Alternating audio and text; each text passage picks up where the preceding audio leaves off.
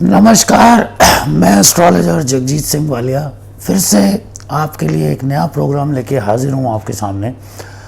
और आपने कहावत सुनी होगी कि जोड़ियाँ ऊपर से बनकर आती हैं, और हम कई बार दिलों के मिले हुए खेल को भी बिगाड़ देते हैं, कई बार अच्छे रिश्तों को बिगाड़ देते हैं सिर्फ इस वजह से कि कुंडलियाँ नहीं मिल रही हैं या लड़का लड़की के अंदर मांगलिक दोष है, जो कि बहुत ज़्यादा कमाई का साधन बना हुआ है बड़े बड़े ज्योतिषों के लिए भी, और कई ऐसे ज्योतिषाचार्यों के लिए जो ज्योतिष के बारे में कुछ नहीं जानते। दोस्तों, आज जो मैं आपको जानकारी देने जा रहा हूँ ये बहुत ही यूनिक है और बहुत ही रिसर्च के बाद मेरी 12 साल की उम्र से आज तक की उम्र तक की जो भी स्टडी है उसके हिसाब से। दोस्तों, हमारा हमेशा मोटिव यही होता है कि आप तक राइट जानकारी साइंटिफिक वे से पहुंचाई जाए ताकि आप पाखंड और आडंबरों से बच सकें और ज्योतिष को एक साइंस की तरह समझने की कोशिश कीजिए। तो आज की जानकारी कहीं भी मिस मत कीजिएगा, वीडियो को अंत तक देखिएगा, ये आपके बहुत काम आने वाली है। दोस्तों, एक किताब है जिसका नाम है लाल किताब।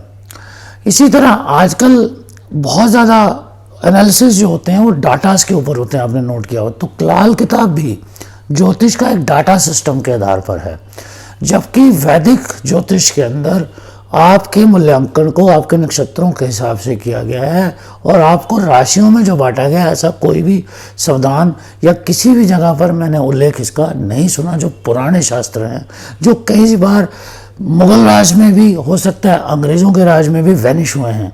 मुगल राज में अगर वैनिश हुए हैं तो अंग्रेज़ उनको स्टील करके लेकर गए हैं, जो आज नासा उसका इस्तेमाल कर रहा है। इस चीज़ को नोटिस करने वाली बात है कि आर्यभट्ट ने स्पेस के बारे में जानकारियाँ दी, उससे पहले वैदिक से ही सारी नॉलेज आई है और हमारे पास वो चारों वेद मौजूद हैं जो हर साइंस को, ह्यूमन साइंस को, बायोलॉजिकल साइंस को, मेडिकल साइंस को, नेचर साइंस को, स्पेस साइंस के बारे में व्याख्यान करते हैं, लेकिन हम उसके बारे में ध्यान ही नहीं देते। तो दोस्तों, हम अपने प्रोग्राम को शुरू करते हैं। अंत तक देखिएगा, आपके लिए बहुत ही इंपॉर्टेंट रहेगा। आपके परिवार में आने वाले किसी फंक्शन के लिए मंगल अमंगल क्या होता है, क्या नहीं होता, हम सारी जानकारियाँ आपको साइंटिफिक वे से देंगे। आपकी ह्यूमन बॉडी को इस चार्ट के अंदर ही बांटा जाता है दोस्तों, और इसी चार्ट के आधार पे अब मान लीजिए मंगल अगर किसी का यहाँ होता है या यहाँ होता है या यहाँ होता है, जो कि पत्नी का कारक है, तो हम लोग उसको अमंगल समझ लेते हैं और बोलते हैं कि यह मांगलिक है। ऐसा कुछ भी नहीं होता। मंगल अगर अच्छे नक्षत्र में बैठा हुआ है तो आदमी डोमिनेटिंग तो हो सकता है, लेकिन डोमिनेटिंग होने के साथ वो सारे परिवार को साथ कर लेने वाला भी हो सकता है। इसका मतलब ये नहीं कि उसका पत्नी के साथ झगड़ा रहेगा। इसी तरह से कभी कभी मंगल यहाँ पर खराब नक्षत्र में बैठा होता है और कभी कभी वो अच्छे नक्षत्र में बैठा हो सकता है। इसका भी कारण, मंगल अगर यहाँ पर बैठा हुआ है तो भी उसकी 8वीं दृष्टि अगर उसके लगन पर पड़ती है, या वो यहाँ बैठा है तो भी उसकी 8वीं दृष्टि सेकंड हाउस पर पड़ती है। मंगल अगर यहाँ बैठा हुआ है तो भी उसकी 8वीं दृष्टि यहाँ पर पड़ती है, तब भी मंगल हो सकता है। एक्चुअली हमें कुंडली मिलान के लिए गुरु का बहुत ज़्यादा ध्यान देना चाहिए, चंद्र का बहुत ज़्यादा ध्यान चाहिए। शुक्र ग्रह जो होते हैं वो आपके विवाह, लगन और घर में होने वाली लग्जरी किसी भी ग्लैमरस पार्टी के लिए या किसी आयोजन के लिए या किसी संबंध रिश्तों के लिए इम्पॉर्टेंट है, लेकिन उसके साथ गुरु भी बहुत इम्पॉर्टेंट है कि दोनों हस्बैंड वाइफ के गुरु कैसे हैं, शनि कैसे हैं। अगर वो दोनों ऑपोजिट है तो मंगल कितना भी अच्छा हो, आपका अमंगल होना तय है। इसी तरह संतान भाव को भी देखना बहुत ज़रूरी है कि उसमें कौन से नक्षत्र और ग्रह दोनों के बैठे हैं। कभी कभी संतान दुख भी बहुत हो जाता है कि अच्छी संतान होने के बावजूद भी हम उसका अच्छा फल नहीं भोग पाते।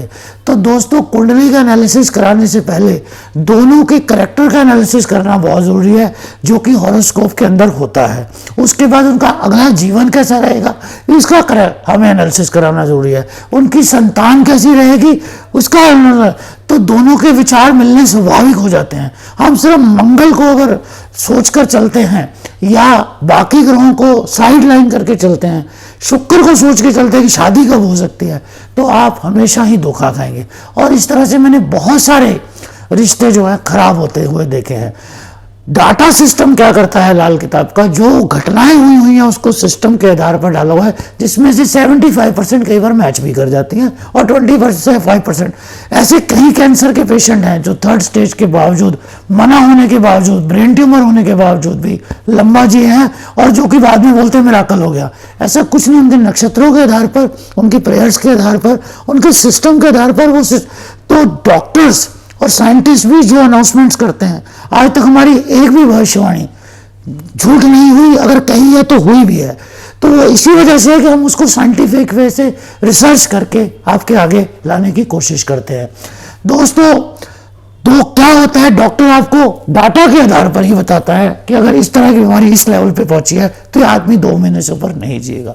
लेकिन एक्चुअली एक डाटा नहीं, उसको ओरिजिनल उसकी बाकी सेल्स की कैपेसिटी को जांच करना है, उसके ग्रहों को देखना है, उसके नक्षत्रों को देखना है, उसकी जीवन शैली को देखना है। तो बाकी अगर अच्छे हैं तो उसको इतना स्ट्रांग कर देते हैं कि वो अपनी बुराई को भी बड़े आसानी से काबू में पा सकता है, या अपनी बीमारी को, या अपने दोष को, और किसी भी चीज़ को। तो दोस्तों, मांगलिक होने पर अगर आप अपना रिश्ता तोड़ रहे हैं तो आप बहुत ही बड़ी गलती करने जा रहे हैं। अगर मांगलिक होने पर रिश्ता जोड़ रहे हैं तो ये भी बहुत बड़ी गलती हो सकती है। आप दोनों कैरेक्टर्स का एनालिसिस कीजिए और किस तरह से एक दूसरे के जीवन में एक दूसरे के साथ चल सकते हैं, चल के एक पार्टनर की तरह अपनी जीवन को कितना अच्छा बना सकते हैं, इनके आने वाले भविष्य में इनकी संतान कैसी हो सकती है। दोनों की अगर वो चीज़ें अच्छी हैं तो आपको मंगल की परवाह करने की ज़रूरत नहीं होगी, वो मंगल में ही रहेंगे। तो दोस्तों, ऐसी जानकारियों के साथ फिर से मिलेंगे आपको और मिलते ही रहेंगे। हमेशा देखते रहिए फ्रॉम द हार्ट एस्ट्रोलॉजी। नमस्कार, गॉड ब्लेस यू।